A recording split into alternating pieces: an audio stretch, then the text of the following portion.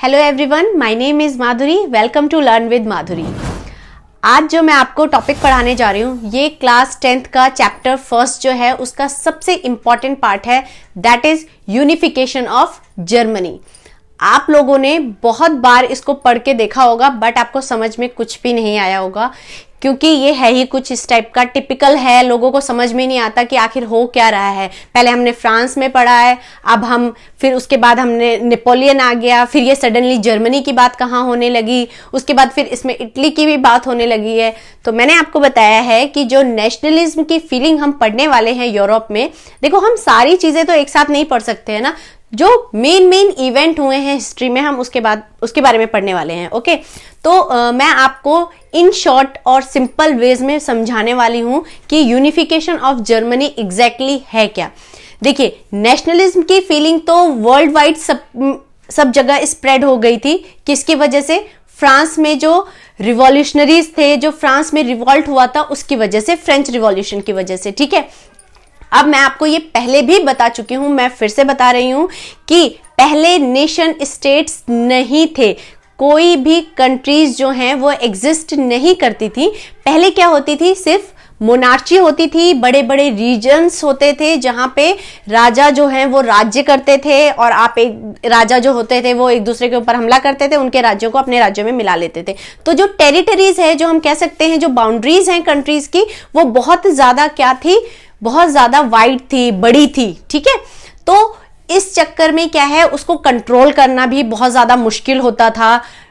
तब भी बहुत बड़े बड़े रीजन्स थे। अब देखते हैं, जब से फ्रांस में रिवॉल्यूशन स्टार्ट हुआ, फ्रेंच रिवॉल्यूशन स्टार्ट हुआ, नेशन स्टेट्स फॉर्म होने लगे, नेशनलिज्म की फीलिंग आने लगी, तब से हर जगह इस टाइप की चीजें होने लगी कि भैया हमें भी अपना नेशन स्टेट चाहिए। ठीक है, हमें भी अपने कल्चर के जो लोग हैं एक साथ एक ग्रुप में चाहिए। ठीक है, देखिए दीजिए की फीलिंग ही ऐसी होती है जो आपको अपने आगे, आप किसको रखते हो? अपने देश को रखते हो। ठीक है, तो नेशनलिज्म की फीलिंग में भी दो तरीके की होती है। ठीक है, एक तो बड़े वास्ट एरिया को आप सोचते हो कि ये पूरा ही एक नेशन स्टेट फॉर्म हो जाए। एक में आप सोचोगे अगर डाइवर्सिटी है चीजों को लेकर, तो एक पर्टिकुलर रीजन में अलग डाइवर्सिटी है, एक पर्टिकुलर रीजन में अलग डाइवर्सिटी है, तो वो वाला जो ग्रुप होगा, एक फर्स्ट ग्रुप जो होगा जिसके अपनी अलग कल्चर है, रीजनल लैंग्वेज है, अपने रिचुअल्स हैं, वो सोचेगा कि हमारी तो अलग कंट्री हो जाए, क्योंकि भैया हम तो एक जैसा बोलते हैं, या हम तो हमारी अंडरस्टैंडिंग एक जैसी बहुत अच्छी है। ओके, सेकंड ग्रुप होगा वो सोचेगा हमारा अपना अलग फॉर्म हो जाए, हमें उनके में नहीं जाना, हमें अपना स्टेट चाहिए। ठीक है, तो सेम चीजें फॉर्म हो रही थी, सेम चीजें ऐसे बन रही थी, लोगों के अंदर ऐसी फीलिंग आ रही थी। सो दैट क्या हुआ, नेशनलिज्म जो स्प्रेड हो चुका था हर जगह, वहां पे क्या हुआ, जो जर्मनी था, ठीक है, जर्मनी में किसकी एंट्री होती है? जर्मनी के जो लोग थे, जर्मन्स थे। मैंने आपको रिवॉल्यूशनरीज वाले वीडियो में बताया है, नेशनलिज्म की फीलिंग जो है वो ऑल ओवर यूरोप में क्या हो चुकी थी? फैल चुकी थी। ठीक है, अब इसमें जो जर्मन्स, मैंने आपको बताया था कि लास्ट वीडियो में कि 1848 में जो रिवॉल्ट हुए थे, उसमें जो एजुकेटेड मिडिल क्लास था, जो लिबरल्स थे, जो अच्छे खासे जो पढ़े लिखे लोग थे, उन्होंने भी उसमें रिवॉल्यूशन में पार्टिसिपेट किया था। बट वो रिवॉल्यूशन जो है, वो जो फ्रैंकफर्ट में सब लोग जाके इकट्ठा हुए थे, असेंबली बनाने वाली बात हुई थी, तो वहां पे जो अदर जो किंग थे, मोनार्च थे, उन लोगों ने अपोज किया था ना, क्योंकि उन्हें कॉन्स्टिट्यूशन चाहिए नहीं था। तो ये वाली जो चीज थी ये सक्सेसफुल नहीं हुई थी। ठीक है, अब उसके बाद लेकिन जो लिबरल्स हैं, लेकिन जो रिवॉल्यूशनरीज हैं वो तो अपना काम करते रहेंगे ना, वो कहीं रुकते तो है नहीं, उनको तो भैया अपना स्टेट फॉर्म करके ही रहना था, अपना नेशन स्टेट बना के ही रहना था, जर्मनी को उन्हें यूनिफाइड करना ही था। अगर आप पहले के मैप में देखोगे तो जर्मनी बहुत वास्ट था, जिसमें आपका प्रूशिया का एरिया भी था। ठीक है, जिसमें आपका प्रूशिया पार्ट है और ऑस्ट्रिया पार्ट है, उसमें बेल्जियम का भी कुछ पार्ट है। ठीक है, तो बहुत सारा एरिया, सैक्सोनी एक कंट्री थी, उसका भी कुछ पार्ट है, तो बहुत सारे कंट्री का पार्ट है। ठीक है, अब जर्मनी को जो छोटे छोटे पार्ट से, अब यूनिफाइड में क्या होगा, कुछ पार्ट्स ही तो आएंगे ना जर्मनी के पास, जो आना चाहते हैं, जो यूनिफाइड एक नेशन फॉर्म करना चाहते हैं। तो ये काम कि हम ये यूनिफिकेशन करेंगे, हमें अपना जर्मन एक अलग स्टेट चाहिए नेशन स्टेट के रूप में।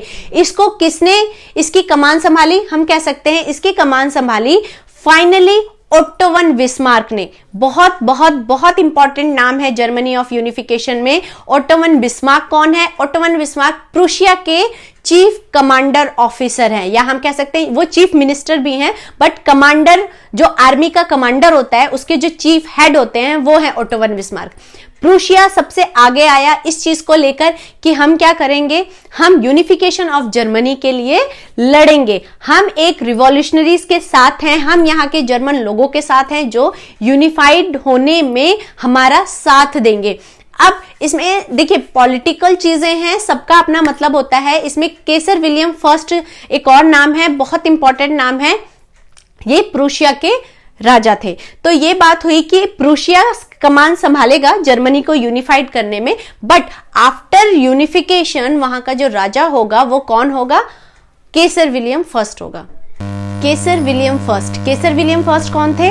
ये प्रूशिया के राजा थे, जिनको ये कहा गया था या जो बातचीत हुई थी ये था कि अगर हम जर्मनी को यूनिफाइड कर देते हैं सो दैट इसके जो राजा बनेंगे वो केसर विलियम फर्स्ट ही होंगे।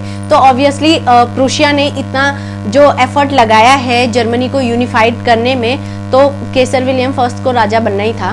तो आपको इसमें 3 पॉइंट्स याद रखने हैं कि नेशनलिज्म की फीलिंग जो है वो पूरे यूरोप में स्प्रेड हो चुकी थी, जिसमें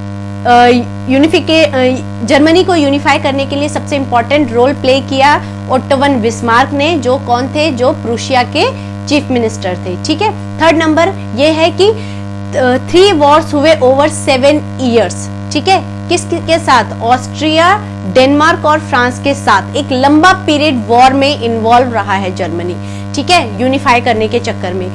now the final part is that कि केसर विलियम फर्स्ट जो है वो किंग बने। ठीक है, अब आप ये देख सकते हो, ये क्वेश्चन आपको लिखना कैसे है अगर एग्जाम में आ जाए, तो ये मैंने आपको एक सैंपल दिया हुआ है, आप देख सकते हो इसमें, और ये एग्जाम में आ भी चुका है। तो मेन 3 पॉइंट्स आपको यही याद रखने हैं। ठीक है, वीडियो आई होप आपको इससे क्लियर हो गए होंगे सारे कॉन्सेप्ट्स वीडियो से, और अगर आपको समझ में आया है, कुछ भी हेल्प मिली है, तो प्लीज वीडियो को लाइक जरूर करिए, शेयर जरूर करिए फ्रेंड्स में, और चैनल को सब्सक्राइब करिए, बेल नोटिफिकेशन को जरूर प्रेस करिए, सो दैट तभी आपको क्या मिलने वाला है? यूनिफिकेशन ऑफ इटली मिलने वाला है। ओके, अदरवाइज वो भी क्लियर नहीं होगा। Okay, thank you, bye.